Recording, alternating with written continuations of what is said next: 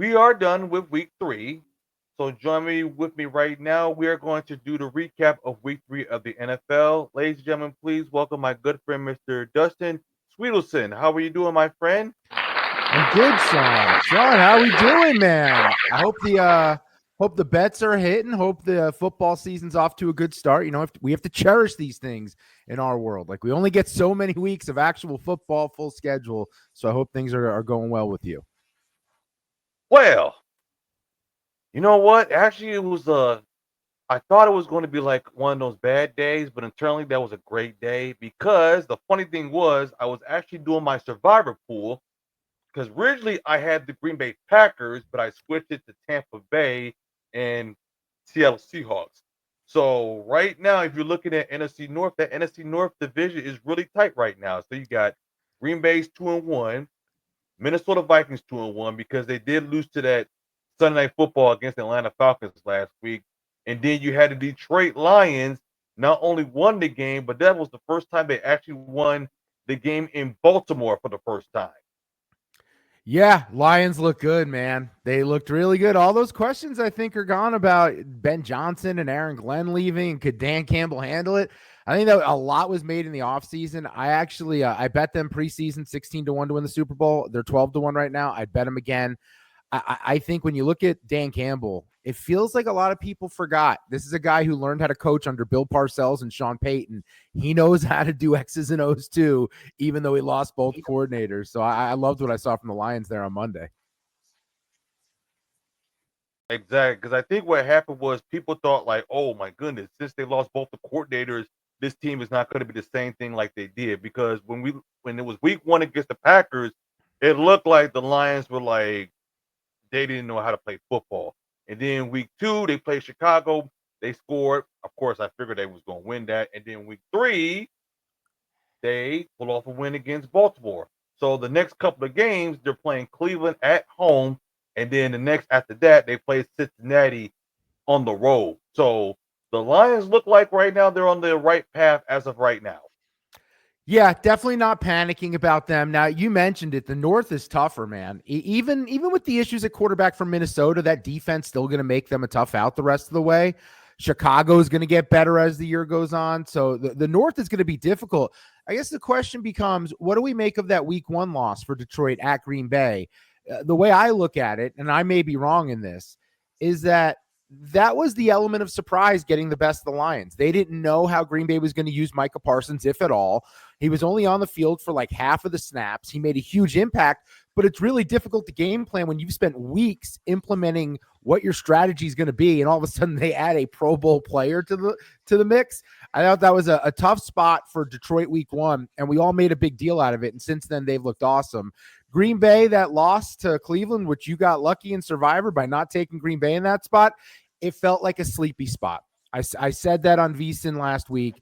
That felt like a sleepy spot for the Packers, riding high off the 2 most impressive wins we saw all season, right? They beat the Lions and the Commanders, 2 teams that were in the NFC title game a year ago. And then they have to go to the Browns, which everyone knows what the Browns are at this point. So it just felt like a situation where they take them too lightly. I didn't anticipate, though, that they would end up losing the game. And by the way, the football gods hooked up the Cleveland Browns because there was a fumble with Josh Jacobs late where I thought it was a fumble and it was recovered by Cleveland, but they gave it back to the Packers. And then Jordan Love with the interception sets everything up for Joe Flacco and company to kick the game winner. You look at the Browns, Shawn, they outside of kicking issues in week 1, if their kicking issues would have been on the right side, they should have beaten Cincinnati. Cleveland could be 2-1 right now if it wasn't for bad kicking in week 1. And the funny thing about Cleveland is they got 2 first-round picks for the upcoming NFL draft. That's what's so crazy about it. Yeah, well, it's time to find a quarterback. You got a defense. You got a coach. Stefanski's awesome. In fact, if I was Cleveland, I would consider trading Stefanski if I can get a bunch of draft picks for him.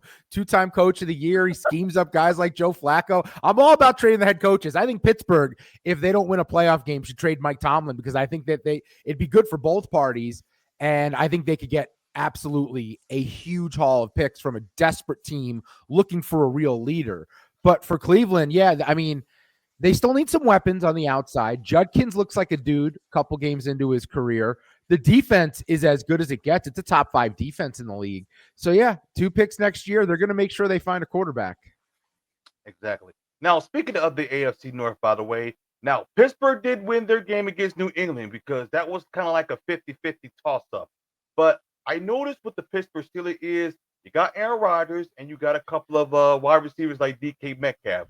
But really what concerns me about the Pittsburgh Steelers is their defense. Because like when you look at week 1 when they faced against the New York Jets, they let go a lot of points. Then week 2, they took a loss against the Seahawks. And then week 3, they beat the New England Patriots. But I'm very iffy with that Steelers defense. And then we don't know like what's the status of Aaron Rodgers, like because supposedly he's supposed to this will be his last season. Who knows?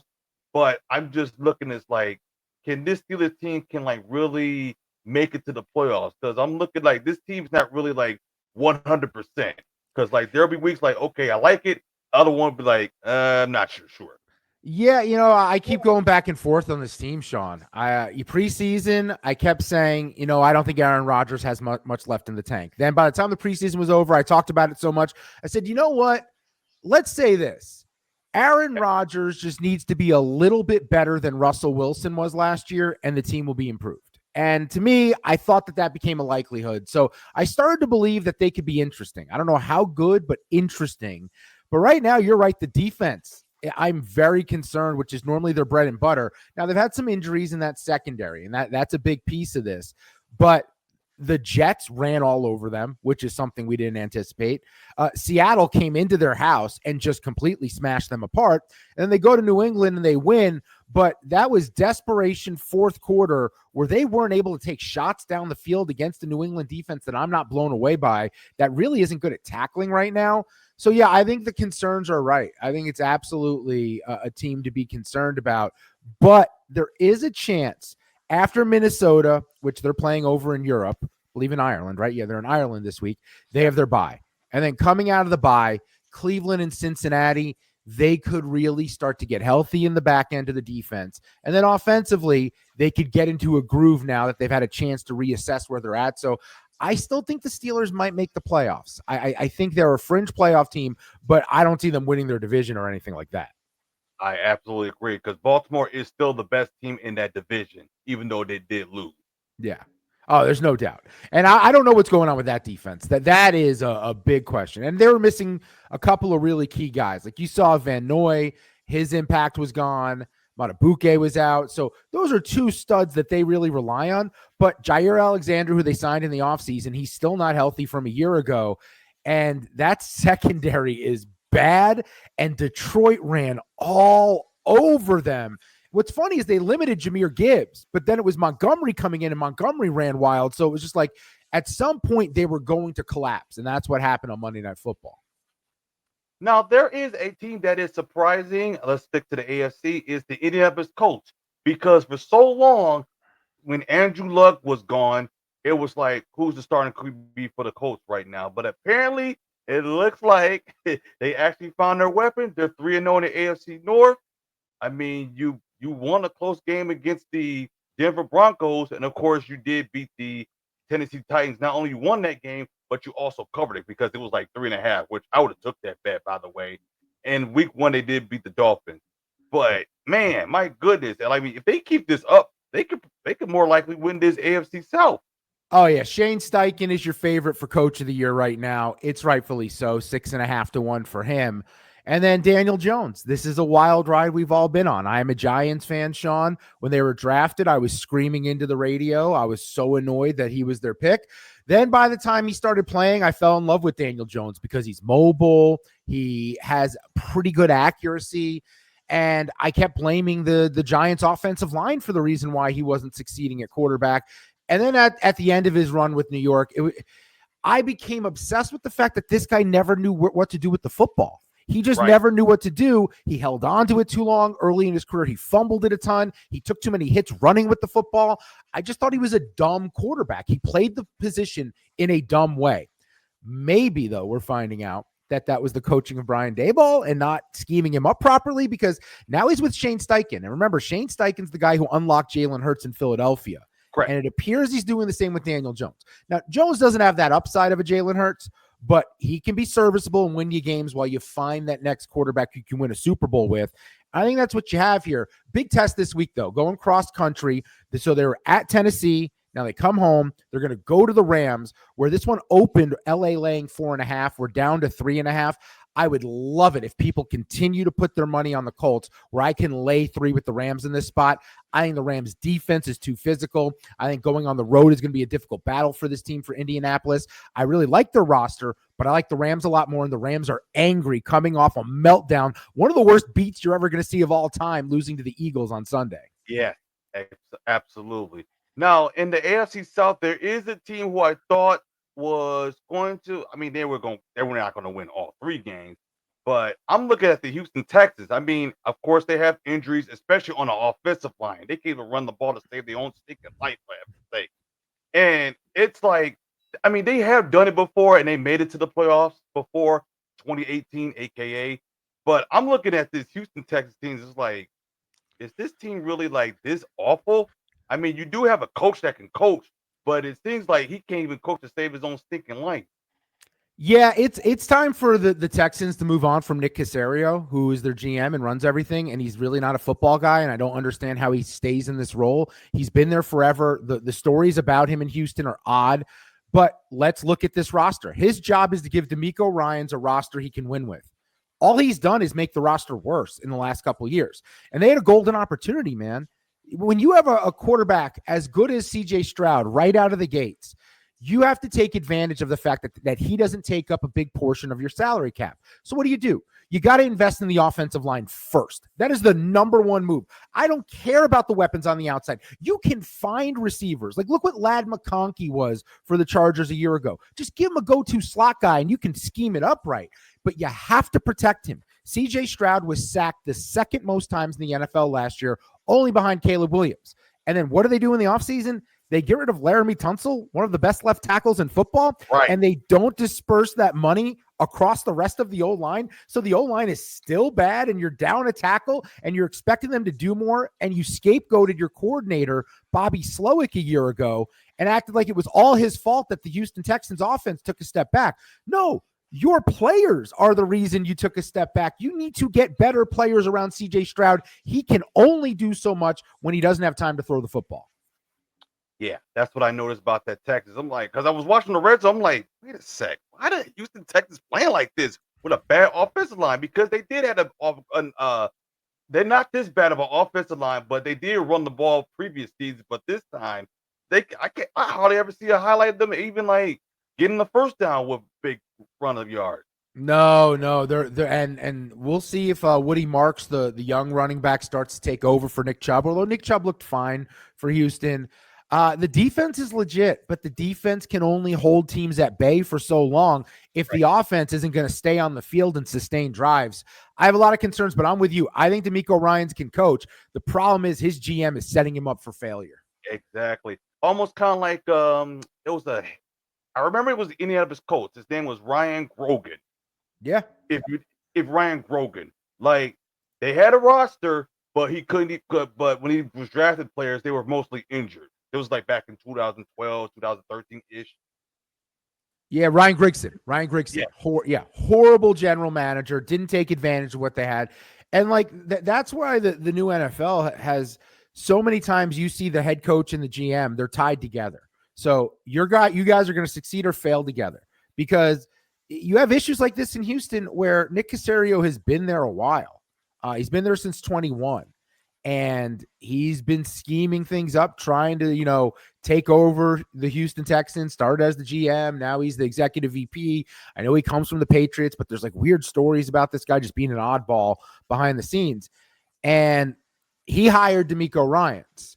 The question is, how can you fire Nick Caserio when he did make the right move in drafting CJ Stroud and hiring DeMeco Ryans? That is the problem you have. The issue for this organization right now is they got the hard part right. They're getting the easy part wrong, which is the supporting pieces. It's like casting a movie. Sure, we can all go get Brad Pitt and cast him as the lead, but the movie won't just succeed because of Brad Pitt. We need a supporting cast around him that people are going to want to see in person. Exactly.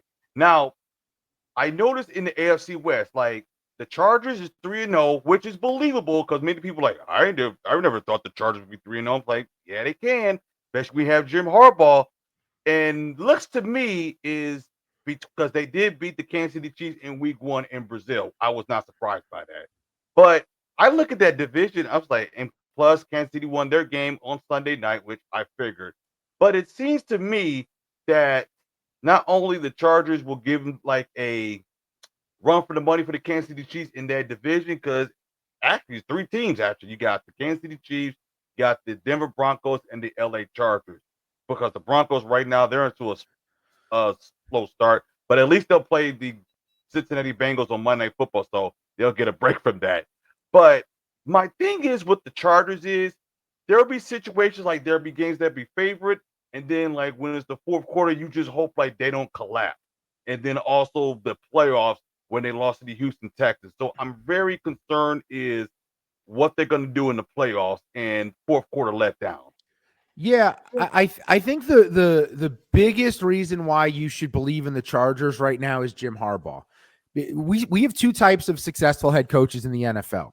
There are great X's and O's tacticians, and there are culture builder leaders, CEO types, and master motivators. Like those are the 2. One is football, one is kind of bigger picture and the motivation element.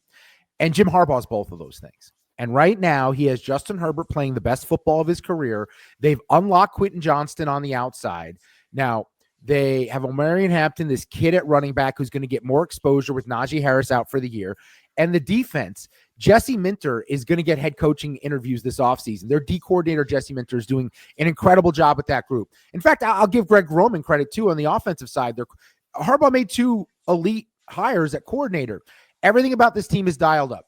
They come into every game ultra prepared. And you kind of saw it against the Raiders in prime time in a game where they did try to give it back to the Raiders. But in a game in the past under Brandon Staley, where the Chargers would have blown the lead and lost the game outright, they didn't. They found a way to hold on. They held the rope, and they're going to keep getting better. I think everything we're seeing from the Chargers and Herbert is very real. I have major concerns about the Chiefs. But when they get Worthy and Rashee Rice back, that could be the offensive elements that they're missing right now. TBD on that. I'm on the fence. I don't want to fade Kansas City because of Mahomes and Reed, but at the same time, I don't know if I'm ready to buy Kansas City just yet. And then Denver, I was never a believer because I think Bo Nix is a horrible quarterback. He is sloppy throwing the football. He has bad footwork. He is very athletic, but he's not accurate. And I just see him as a guy that Sean Payton believed he could joystick and control as a head coach. But there's a year of film on him now. And the rest of the league knows what they want to do with Bo Nix. And watching him throw a football, I can see the wheels moving in his brain, kind of like when I had to do the math portion of my SATs. Like sometimes we're just not built to do certain things. And Bo Nix throwing a football looks like it takes a little bit more work than it should at the NFL level. Yikes, yikes, yikes. Now, I noticed there's another team that's 3-0. It is the Tampa Bay Buccaneers. Another team I'm not surprised because the only team they got to worry about is the Atlanta Falcons. Of course, they got blown out by Carolina Panthers 30-0. I don't think nobody ever saw that. Now, with the Atlanta Falcons, my concern is they'll lose the teams that they shouldn't have because they did lose to the Carolina Panthers in last week of last year. But I'm also concerned of Michael Penix. Like the guy can play, no question about that. But he's injury prone. And then, of course, you got Kirk Cousins. I don't know how many years can he play in the NFL, for heaven's sake. And I just found out that the Falcons, they fired their wide receivers coach. So what are your major concerns about the Atlanta Falcons? Okay, so this is the big thing about the Falcons is that Michael Penix isn't pushing the ball downfield. And when you watch what he did at Washington, what made him successful is the shots he took downfield with guys like Rome Odunze.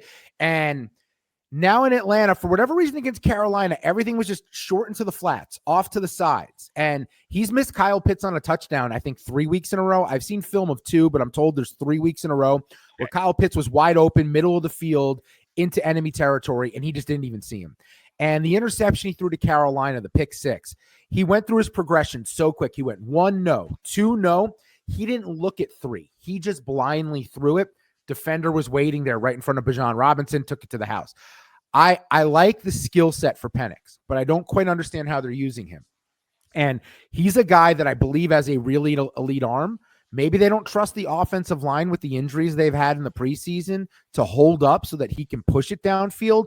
But you've got dudes, man. You've got Drake London who can go up and get it. You've got Mooney and Ray McLeod who are both dynamic if you can get them in space. And then Kyle Pitts can still make plays at tight end. I know he hasn't lived up to the hype. And then Bijan Robinson, they're just relying too much on Robinson to catch the ball out of the backfield as part of their passing game. At some point, teams are going to scheme for that and take that away. How can you find another element to beat defenses with? I have concerns. They're going to bring Zach Robinson, the coordinator, down from the booth to the sidelines this week to help coach up Penix more closely. Hopefully that helps, because I believe in the arm. I believe in the talent. I believe in the maturity. Let's start taking some chances with the football here. Now, where can my listeners find you on social media and your live show? So you can find me on Twitter, X, whatever we're calling it these days, at Dustin Swedelson. Last name is Swedelson. And you can check me out on VSiN. It's VSiN. We're on YouTube TV, Sirius XM channel 158. We have the VSiN Watch app, which you can download as well. And I'm on the air from 11 p.m. to 2 a.m. Eastern time, Sunday through Thursday, and Saturdays taking you through live bet college football action on live bet Saturday from noon to 3 p.m. Eastern. All right, great. Because, man, I feel bad for Clemson because I'm it's not pretty. Bad. But I don't think Dabo Swinney should be fired because Mike Gundy got fired, which I expected, but I was surprised that he did get fired early. Yeah. Gundy, I think time had passed him by. For Dabo, here's what I would warn Clemson. If you think you can do better, I'll tell you this. History tells me you can't. Dabo Swinney's the best coach you can get. So good. His buyout's like $60 million. So good luck with that. Exactly. Thank you so very much for being on the show, and look forward to having you on the future show. Of course, Shawn. Thanks so much, man. Have a good one. You too. Thank you for taking the time to watch this video. If you like what you just saw, make sure you follow our social media pages and don't forget to visit our website at 5a6sports.com for the latest news in the sports world.